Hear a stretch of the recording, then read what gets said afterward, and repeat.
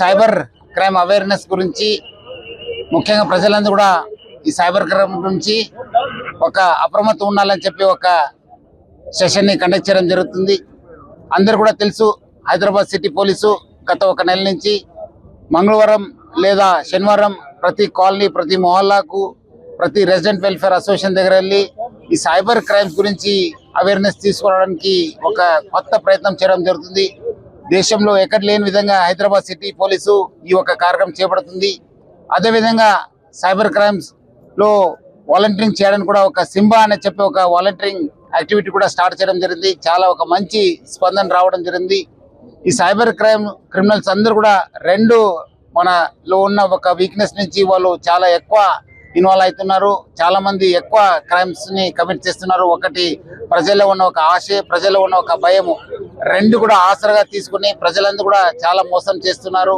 ప్రజలందరూ కూడా అప్రమత్తం ఉండి ముఖ్యంగా ఈ డిజిటల్ అరెస్టు లేదా ఇన్వెస్ట్మెంట్ ఫ్రాడ్స్ గురించి బాగా మనకు అవేర్నెస్ తీసుకురావాల్సిన అవసరం ఉంది. ప్రజలు కూడా ఎట్టి పరిస్థితుల్లో ఎవరో ఫోన్ చేసి మీకు మీ యొక్క ఫ్యామిలీనో, మీకు ఒక సన్నో, మీ ఒక డాటరో క్రైమ్స్ లో ఇన్వాల్వ్ ఉన్నారు, సిబిఐ, ఈడీ లేదా బాంబే, హైదరాబాద్ పోలీస్ అని రకరకాల పోలీస్ పేరుతో బెదిరించి మీ అందరు కూడా డిజిటల్ అరెస్ట్ అయినారు, మీరు డబ్బులు ఇవ్వాలని చెప్పి ఒక మోసం చేయడం జరుగుతుంది. అదేవిధంగా ఈ స్టాక్ మార్కెట్ పేరుతోని కూడా చాలా ఇన్వెస్ట్మెంట్ ఫ్రాడ్స్ జరుగుతుంది. ఈ రెండు రకాల క్రైమ్ నుంచి ప్రజలందరూ కూడా అవేర్ ఉండాల్సిన అవసరం ఎంతో ఉంది, అవగాహన తెచ్చుకోవాల్సిన అవసరం ఎంతో ఉంది. అదేవిధంగా ఇప్పుడు కొత్త సంవత్సరం వస్తుంది, అది భాగంగా ప్రజలను కూడా మోసం చేయడానికి మీకు ఏదో కొత్త మీకు ఓచర్ వచ్చింది, గిఫ్ట్ ఓచర్ వచ్చింది, లేదంటే బొనాన్సా వచ్చింది, మీరు ప్రైజ్ వచ్చిందని చెప్పి మీకు మోసం చేసే అవకాశం ఉంటుంది. ప్రజలందరూ కూడా ఈ ఒక నూతన సంవత్సరంలో కూడా అప్రమత్తం ఉండాలని చెప్పి కోరుతున్నాను. మీకు ఏమాత్రం సమాచారం తెలిస్తే, లేదంటే మీకు ఏమాత్రం ఫోన్ వస్తే, మీకు ఏమాత్రం డౌట్స్ ఉంటే డయల్ 100 లేదా 1930కి కాల్ చేయాలని చెప్పి నేను ప్రజలను కూడా మరీ కోరుతున్నాను. రాష్ట్ర డీజీపీ గారు సిటీకి సంబంధించి మీ నేతృత్వంలో ఏర్పాటు చేయడం జరిగింది. దాని గురించి ఒకసారి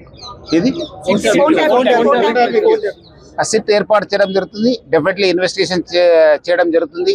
త్వరలోనే దానికి సమాచారం కూడా, ఎందుకంటే ఇంకా ఇంట్రాగేషన్ నడుస్తుంది, ఇంకా పోలీస్ కస్టడీలో ఉన్నారు. డెఫినెట్లీ మనం మొత్తం కంప్లీట్ అయిన తర్వాత మీకు డీటెయిల్ గా తెలియపరుస్తాను.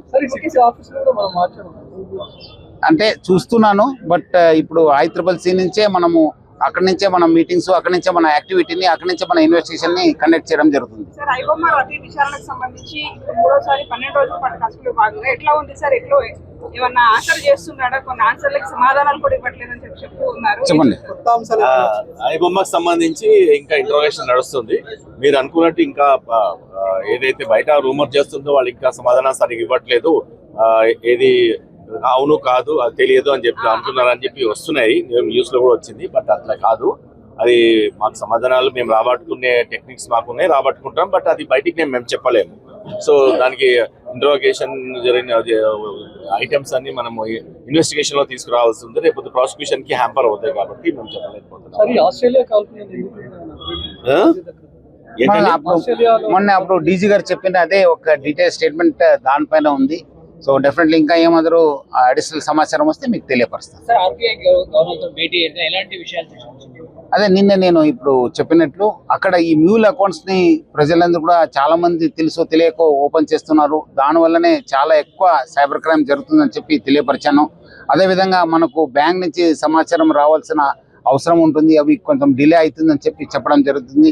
అదేవిధంగా చాలా మంది మనకు బ్యాంక్స్ కూడా రకరకాల ఫార్మాట్ లో ఇన్ఫర్మేషన్ ఇవ్వడం జరుగుతుంది, దాన్ని స్టాండర్డ్ చేయని చెప్పి చెప్పడం జరుగుతుంది. అదేవిధంగా మనము అంతకుముందు సెల్ ఫోన్స్ లో రింగ్ టోన్ వచ్చేది, డిజిటల్ అరెస్ట్ కావచ్చు, 1930 గురించి కానీ సైబర్ క్రైమ్ గురించి అది మళ్ళీ పునరుద్ధరించాలి, ఎందుకంటే చాలా మంది ప్రజలు మోసపోతున్నారని చెప్పి చెప్పడం జరుగుతుంది.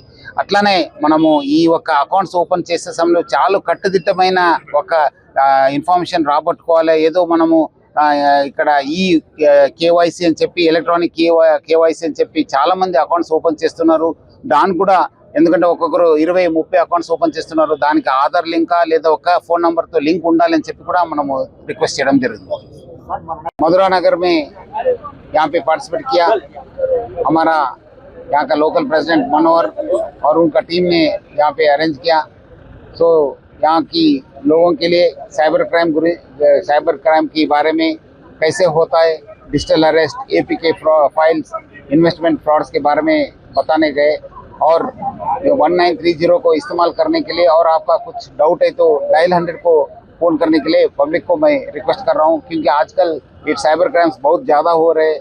तो इसलिए सबको अवेयरनेस होने के लिए बहुत ज़रूरत है। इसकी as a part of it हम लोग आज मथुरा नगर विजिट किया। हैदराबाद सिटी पुलिस ये एवरी सैटरडे हर जगह जाके साइबर क्राइम के अवेयरनेस का कैंप्स कंडक्ट कर रहे हैं। तो पब्लिक से भी अच्छा रिस्पांस है।